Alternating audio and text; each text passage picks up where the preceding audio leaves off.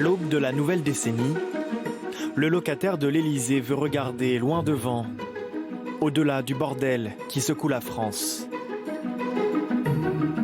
Et dans l'horizon d'Emmanuel Macron, il y a d'abord les bons chiffres de l'économie.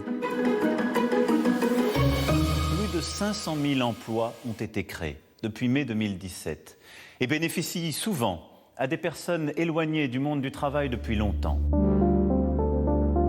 La France de 2020 se porte bien. Elle fête même la nouvelle année avec le plus faible taux de chômage depuis 10 ans, à 8,5%. C'est aussi l'anniversaire du CICE. 5 ans après sa mise en place, 1 million d'emplois ont été créés. Comme le promettait fièrement le patron du MEDEF d'alors. Les entreprises ont de quoi garder le sourire. La France a connu une croissance d'1,3% en 2019, au-dessus de la moyenne de la zone euro. Selon l'OFCE, le millésime 2020 est lui aussi de bon augure. On peut s'attendre en 2020 à la fois à avoir des créations d'emplois, parce que les indicateurs nous indiquent qu'on devrait tourner aux alentours de 110 000 créations d'emplois cette année, ce qui est moins bien qu'en 2019, mais tout de même suffisant pour continuer à faire légèrement baisser le chômage en France. Et donc ce pouvoir d'achat va être finalement activé à la fois par les créations d'emplois et par les mesures fiscales du gouvernement. Depuis le mouvement des Gilets jaunes, l'exécutif a consenti plusieurs mesures en faveur du pouvoir d'achat, comme l'augmentation du SMIC ou la revalorisation des petites retraites. Dès ce mois-ci, 17 millions de ménages vont bénéficier d'un allègement de l'impôt sur le revenu, à hauteur de 300 € en moyenne. Depuis 2019, les budgets qui sont votés vont en direction des ménages.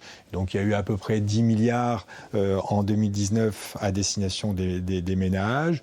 Là, en 2020, ça devrait être aux alentours de 7 milliards, donc 17 milliards d'euros qui ont été finalement, en termes de mesures fiscales, redonnés aux ménages.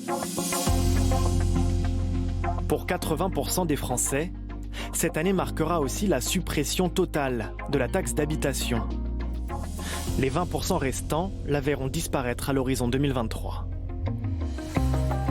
Enfin, la France est devenue un choix de prédilection aux yeux des investisseurs étrangers. Notre pays est même passé devant l'Allemagne et se hisse à la 2e place en Europe.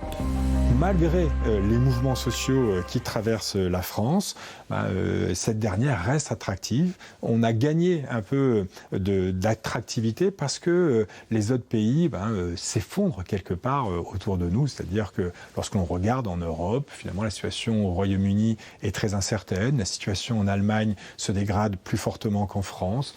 La situation politique en Italie ou en Espagne n'est pas non plus d'une grande stabilité. Donc la France est devenu de plus en plus attractif aussi parce que ses partenaires tout autour le sont un peu moins.